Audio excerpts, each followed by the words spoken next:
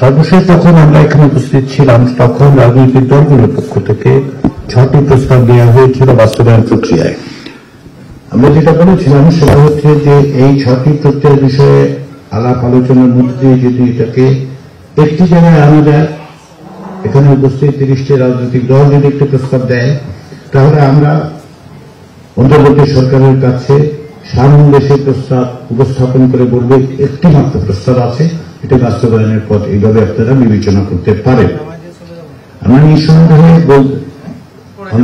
অন্তর্বর্তী সরকারকে এটা বলতে পারি না যে কিভাবে তারা বাস্তবায়ন করবেন, কিন্তু আমরা এটা অবশ্যই সুপারিশ করতে পারি যে বাস্তবায়নের এই ব্যাপারে একটা ঐকমত্য আছে। আমরা সেরকম একটা স্বপ্ন প্রত্যাশা নিয়ে আজকে এসেছি এখানে, যে কমিশন মনে করে সম্ভবত আপনারা সকলে মিলে আলাপ আলোচনার মধ্যে দিয়ে এক জায়গায় আসতে পারবেন। যদি সেটা না হয়, আমরা কমিশনের পক্ষ থেকে সিদ্ধান্ত নিয়েছি সেটা হচ্ছে যে কমিশন একাধিক বাস্তবায়ন প্রক্রিয়া সম্পর্কে প্রস্তাব দেবে। আপনাদের মনে আছে যে আমরা সর্বশেষ যখন মিলিত হই তখন আমাদের বিশেষজ্ঞ প্যানেল থেকে যে মতামত দেওয়া হয়েছিল সেই মতামতগুলো আপনাদের সামনে আমরা উপস্থাপন করেছিলাম। এখানে একটি ত্রুটির কথা আমরা বিনয়ের সাথে স্বীকার করতে চাই। সেটা হচ্ছে আমরা বলেছিলাম বিশেষজ্ঞদের সর্বসম্মত চূড়ান্ত অভিমত। একত্রে এটা ছিল আমাদের প্রত্যাশা, যেটাই করে সেই জায়গায় এসে আমরা দাঁড়াতে পারবো, কিন্তু আসলে এটা চূড়ান্ত যে হয়নি সেটা আপনারা জানেন, আমাদের দিক থেকে সম্ভবত চূড়ান্ত বলা ঠিক হয়নি। সেজন্য আমরা কমিশনের পক্ষ থেকে আন্তরিকভাবে দুঃখিত। তারপরেও আমরা বিশেষজ্ঞদের সাথে আলাপ আলোচনা করেছি এবং তারা বিভিন্ন রকম মত দিয়েছেন। বিশেষ করে 17 সেপ্টেম্বরের আলোচনায় যে সমস্ত বিষয় উঠে এসেছিল সেগুলোকে আমরা বিশেষজ্ঞদের কাছে অবহিত করেছি এবং তার ভিত্তিতে তারা কিছু পরামর্শ দিয়েছেন, তাদের আগের অবস্থানকে ব্যাখ্যাও করেছেন। আমরা সেগুলোর পাশাপাশি যেটা মনে করি সেটা হচ্ছে যে শেষ বিচারে এই সিদ্ধান্ত বাস্তবায়নের সিদ্ধান্ত অন্তর্বর্তী সরকারের এবং রাজনৈতিক দলগুলোর।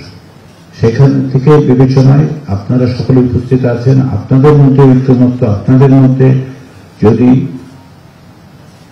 এক ধরনের একমত হওয়ার জায়গা তৈরি হয়, তাহলে এটা বাস্তবায়ন করা সহজতর হবে, সম্ভব হবে, দ্রুততার সঙ্গে করা সম্ভব হবে।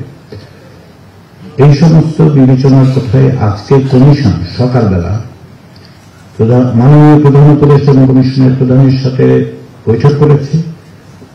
তিনি সবসময় এই বিষয়ে খোঁজখবর রাখছেন এবং আবারও আজকে সকালে বৈঠকে তিনি অত্যন্ত দ্রুততার সঙ্গে কাজ এগিয়ে নিয়ে যাওয়া এবং বাস্তবায়ন প্রক্রিয়া সহ বিশিষ্ট সনদের জায়গাতে সনদকে সকলের গ্রহণযোগ্য করে সকলের স্বাক্ষরিত একটি রাজনৈতিক দলিলে পরিণত করা যায় কিনা সে বিষয়ে আমাদের তাগিদ দিয়েছেন। আমি বুঝি নির্মাণের শিল্প, সালাম স্টিল বোঝে ডিউরেবিলিটি। সালাম স্টিল, মোস্ট ডিউরেবল স্টিল।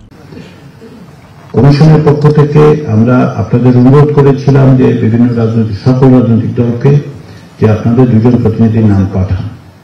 আমরা 3 চতুর্থাংশ দলের কাছ থেকে এই ব্যাপারে নামগুলো পেয়েছি। আমরা জানি যে আপনাদের বিভিন্ন রকম ব্যস্ততা আছে, সেই কারণে হয়তো নামগুলো পাঠানো সম্ভব হয়নি। আপনারা দ্রুততার সঙ্গে যদি এগুলো পাঠান তাহলে আমরা 15 তারিখের কাছাকাছির সময়ে কোনো এক সময় সম্ভব হলে আনুষ্ঠানিকতার মাধ্যমে এটি স্বাক্ষর করতে চাই। এটা আমাদের প্রত্যাশা, এটা আমাদের আশা।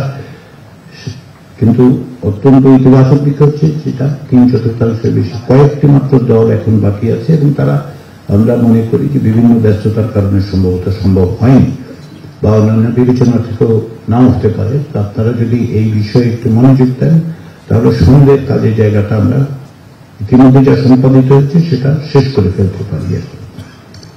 আর বাস্তবায়ন প্রক্রিয়ার ক্ষেত্রে আজকের এই বৈঠকের উদ্দেশ্য 18 দিনের ব্যবধানে আজকে আপনাদের কাছে আমরা এসেছি একটি মাত্র কারণে, সেটি হচ্ছে আপনাদের পক্ষ থেকে যদি আরো সুনির্দিষ্ট, সুস্পষ্ট এবং স্বল্প প্রস্তাব থাকে বাস্তবায়ন, তাহলে আমাদের পক্ষে সেটাকে ইনকর্পোরেট করে, সেটাকে সমন্বিত করে আমরা অন্তর্বর্তী সরকারের কাছে বাস্তবায়ন প্রক্রিয়ার বিভিন্ন উপায় উপস্থাপন করব।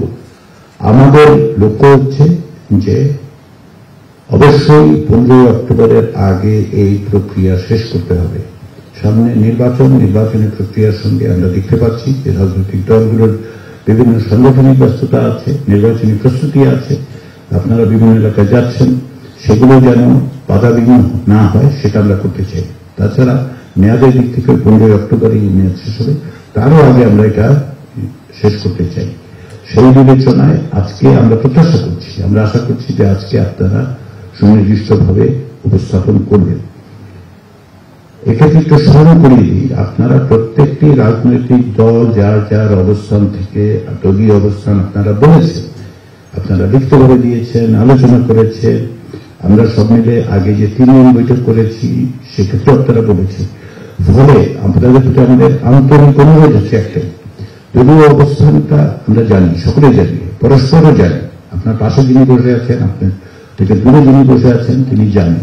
ফলে এটা পুনরুচ্চারণ করে খুব বেশি অগ্রসর হওয়া যাবে না, কারণ একই কথা আমরা বারবার বলছি। তাতে যেহেতু এটা লাইভ ব্রডকাস্ট হয়, বাংলাদেশের নাগরিকরা দেখতে পাচ্ছেন, কিন্তু আমাদের লক্ষ্য তো হচ্ছে এটা একটা চূড়ান্ত জায়গায় উপনীত হওয়া। সেই জায়গায় যেহেতু আমরা সংবাদপত্রে খানিকটা দেখেছি, কিন্তু সবটাই সংবাদপত্রে গণমাধ্যমে দেখা যায় না। আমরা জানি যে আপনাদের মধ্যে আলোচনা হয়েছে, তার ভিত্তিতে আপনার যদি দলগত বিবেচনার বাইরে গিয়ে সম্মিলিতভাবে কোন প্রস্তাব দিতে পারেন, সেটা নিয়ে আমরা আলাপ আলোচনা করব। এবং তারই প্রেক্ষাপটে আমরা আজকের পরে আমাদের লক্ষ্য হচ্ছে, যদি আজকে আবারও বলি 30টি রাজনৈতিক দল এখানে উপস্থিত, আপনারা যদি এক জায়গায় আসেন তাহলে আমরা বিশেষজ্ঞদের সাথে বসবই না, কিন্তু যদি প্রয়োজন হয় বিশেষজ্ঞদের সাথে আবার বসা, তাহলে সেটা আমরা বলবো। যে কারণে আমি বললাম যে চূড়ান্ত বলাটা সঠিক হয়নি আমাদের, তারপরেও কিছু মতামতদের আছে।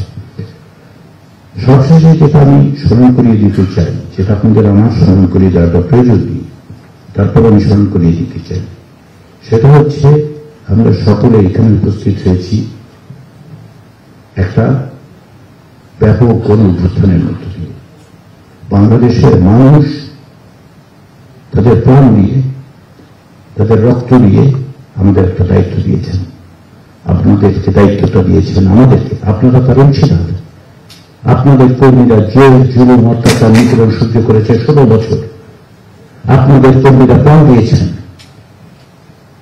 নাগরিকরা প্রাণ দিয়েছেন। তাদের একটা স্বপ্ন আছে, একটা জবাবদিহিমূলক রাষ্ট্র যেখানে আমরা সকলে আমাদের নাগরিকদের অধিকার সুরক্ষিত হবে। সেরকম একটি রাষ্ট্রের জায়গায় যাওয়ার জন্য যে সংস্কার, সেই দায়িত্ব আপনাদের উপর অর্পিত হয়েছে, আমাদের উপর অর্পিত হয়েছে।